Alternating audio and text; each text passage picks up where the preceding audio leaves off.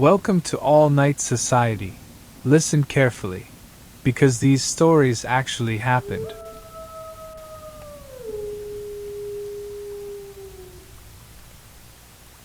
I live in a small house on the edge of town. My husband was away for work last week. It was just me and my dog, Cooper. Cooper is a big dog, part lab and part golden retriever. He is usually very lazy and friendly. It was a Tuesday night. It was about 11 p.m. I was in my pajamas. I was sitting in bed and scrolling through my phone. The house was very quiet. I could hear the wind hitting the windows. Cooper was lying at the foot of my bed. Suddenly, he sat up fast. His ears moved. He looked at my bedroom door. I always keep my bedroom door closed at night. Cooper walked over to the door. He put his nose against the crack at the bottom. He let out a very low growl. It was a sound I had never heard him make before. "Cooper, stop," I said quietly. "It is just the house settling." He did not stop. He started barking. It was loud and angry. He was showing his teeth at the door. I felt a cold chill on my arms. I reached out and turned on my bedside lamp. I got out of bed. My heart was beating very fast. I walked to the door. I thought maybe I left a window open and the wind was making a noise. I put my hand on the doorknob. It felt cold. I opened the door very slowly. I looked into the dark hallway. I reached out and flipped the light switch. The hallway was empty. I walked down the hall to the living room. Cooper followed me. He was still growling. I checked the front door. It was locked. I checked the kitchen.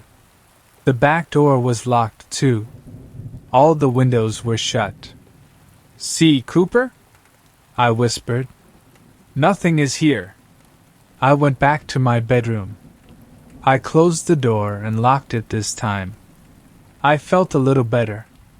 I got back into bed and tried to relax. But Cooper did not come back to the bed.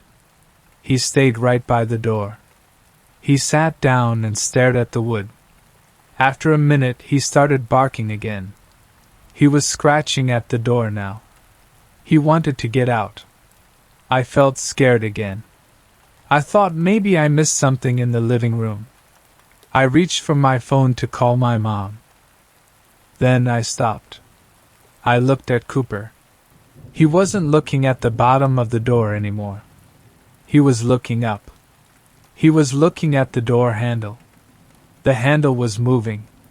It was turning very, very slowly.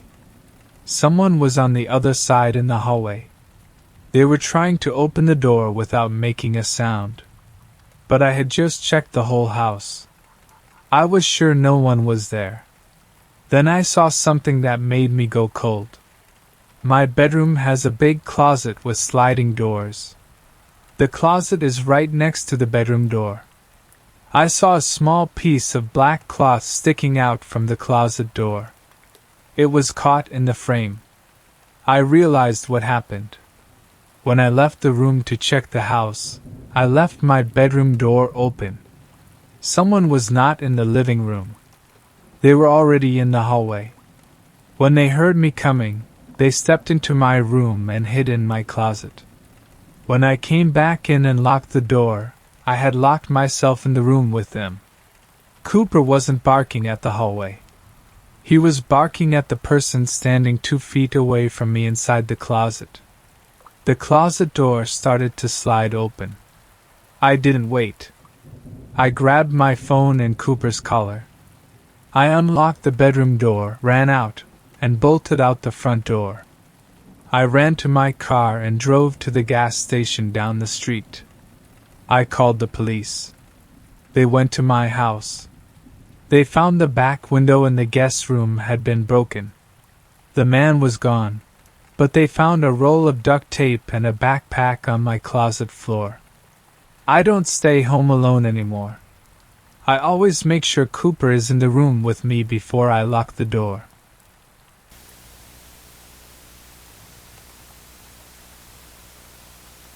Before we continue, if you're enjoying the video so far, make sure to like and subscribe. It really motivates me to keep going.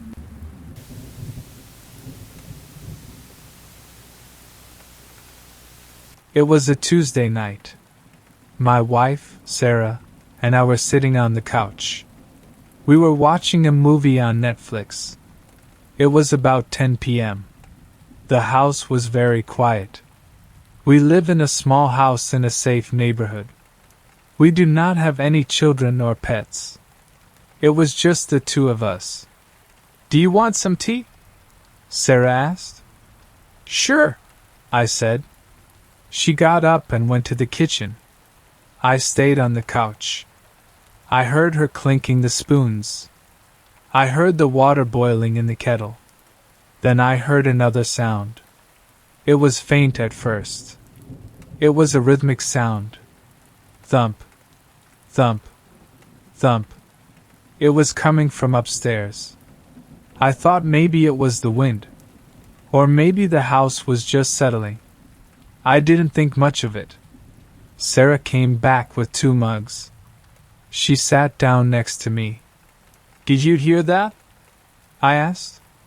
"Hear what?" she said. "A tapping sound. Upstairs." She listened for a second. "No. I don't hear anything." We went back to watching the movie. About 10 minutes later, I heard it again. But this time, it was different. It was the sound of pipes. Our house is old. When you turn on the water, the pipes in the walls make a loud clicking noise. I know that sound very well. Then I heard the water. It was the sound of a heavy spray. "Sarah," I whispered, "is the sink running upstairs?" She looked at me. Her face went pale. "No. I haven't been upstairs in hours." "Are you sure?" "Yes," she said. We both sat very still. We listened. The sound was clear now. Someone was taking a shower in our master bathroom. I looked at the front door. It was locked. I had checked it before we sat down. I looked at the back door in the kitchen. It was locked too. "Maybe you left it on?"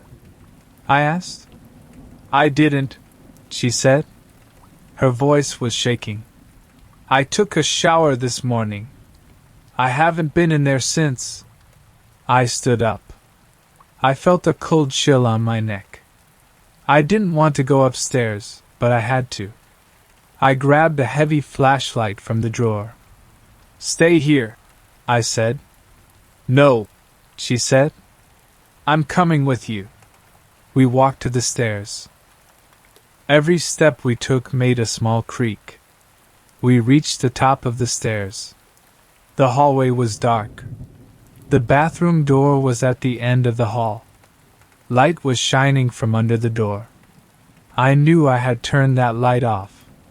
We walked closer. The sound of the shower was very loud now. Shhhhhhh. I could see steam coming from under the door. I smelled something. It was the smell of my peppermint body wash. My heart was beating very fast.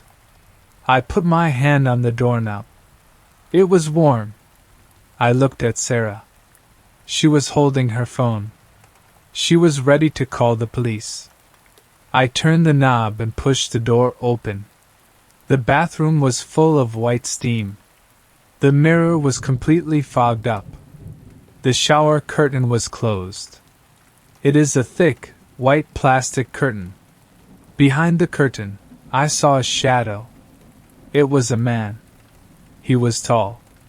He was standing under the water. I could see the shape of his head and shoulders. He was moving. He was scrubbing his arms. "Hey!" I yelled. My voice cracked. The water stopped instantly. The bathroom became silent. It was so quiet I could hear the water dripping from the faucet. Drip. Drip. The man did not move. He stayed behind the curtain. "Who are you?" I moved the flashlight beam onto the curtain. A hand reached out from behind the plastic. The hand was bluish and very thin. It pulled the curtain back slowly. There was a man standing there. He was very skinny. He had no clothes on.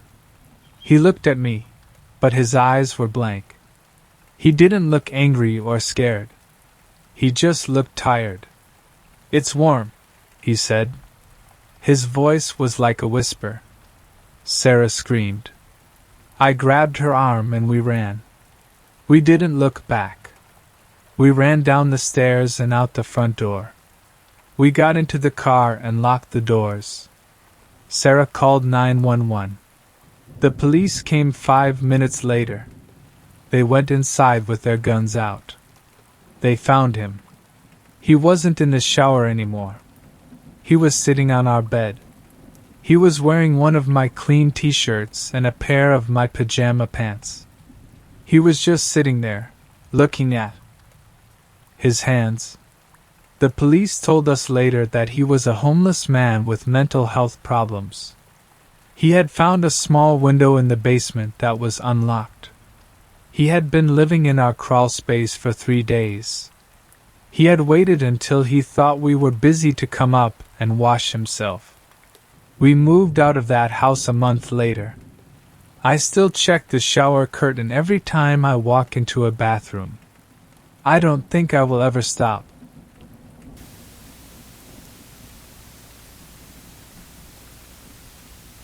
I was home alone last Thursday.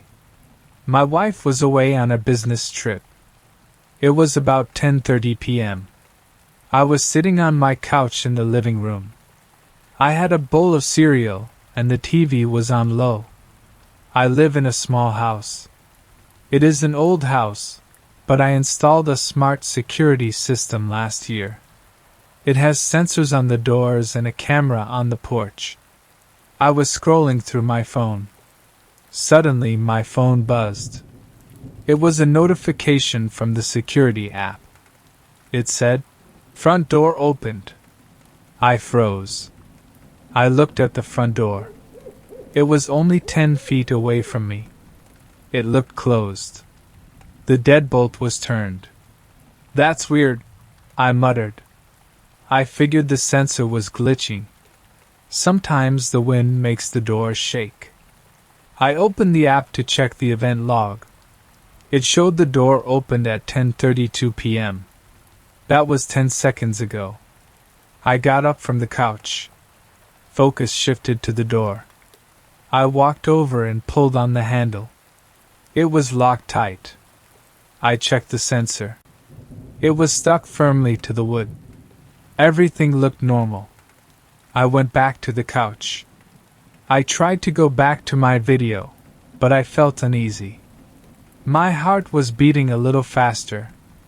Then my phone buzzed again. "Motion detected, living room." I was sitting perfectly still. My hands started to shake. I looked around the room. It is a small room. There is a couch, a chair, and a bookshelf. There was no one else there. I looked at the camera feed on my phone. The living room camera is high up in the corner. I saw myself sitting on the couch. I saw the empty space behind me. But then I saw the basement door. The basement door is in the corner of the living room. In the video, the door was slightly open. I looked at the actual door in the room. It was closed. I realized the video feed had a delay. It was showing what happened 30 seconds ago. I watched the screen. In the video, a man stepped out of the basement. He was wearing a dark hoodie. He was thin. He moved very slowly. He was standing right behind the couch while I was looking at my phone. He stayed there for a long time. Then, in the video, he looked directly at the camera. He smiled. Then he turned around and walked back into the basement. He closed the door softly behind him. I looked at the basement door in real life. It was closed. He was down there right now. I didn't make a sound. I didn't grab my cereal bowl. I just stood up very slowly. I picked up my car keys from the table. I walked to the front door. I unlocked it quietly. I stepped outside and I ran. I didn't look back. I got into my car and drove to the gas station down the street. I called the police. The police arrived in 5 minutes. They went inside with flashlights and dogs. They found the basement empty. But the back window in the basement was broken. There were muddy footprints on the floor. The police found a backpack near the water heater. Inside the backpack was a roll of duct tape, a large knife, and my spare house key. I had lost that key 3 weeks ago. I thought I just misplaced it. I don't stay at that house alone anymore. I stay at a hotel when my wife is away. I still get notifications on my phone, but now, every time it buzzes, I feel sick. The man was never caught. The police said he probably watched me for days. He knew my routine. He knew when I was alone. The app wasn't glitching. The door really did open. He was already inside when I sat down for dinner. He just wanted me to know he was there.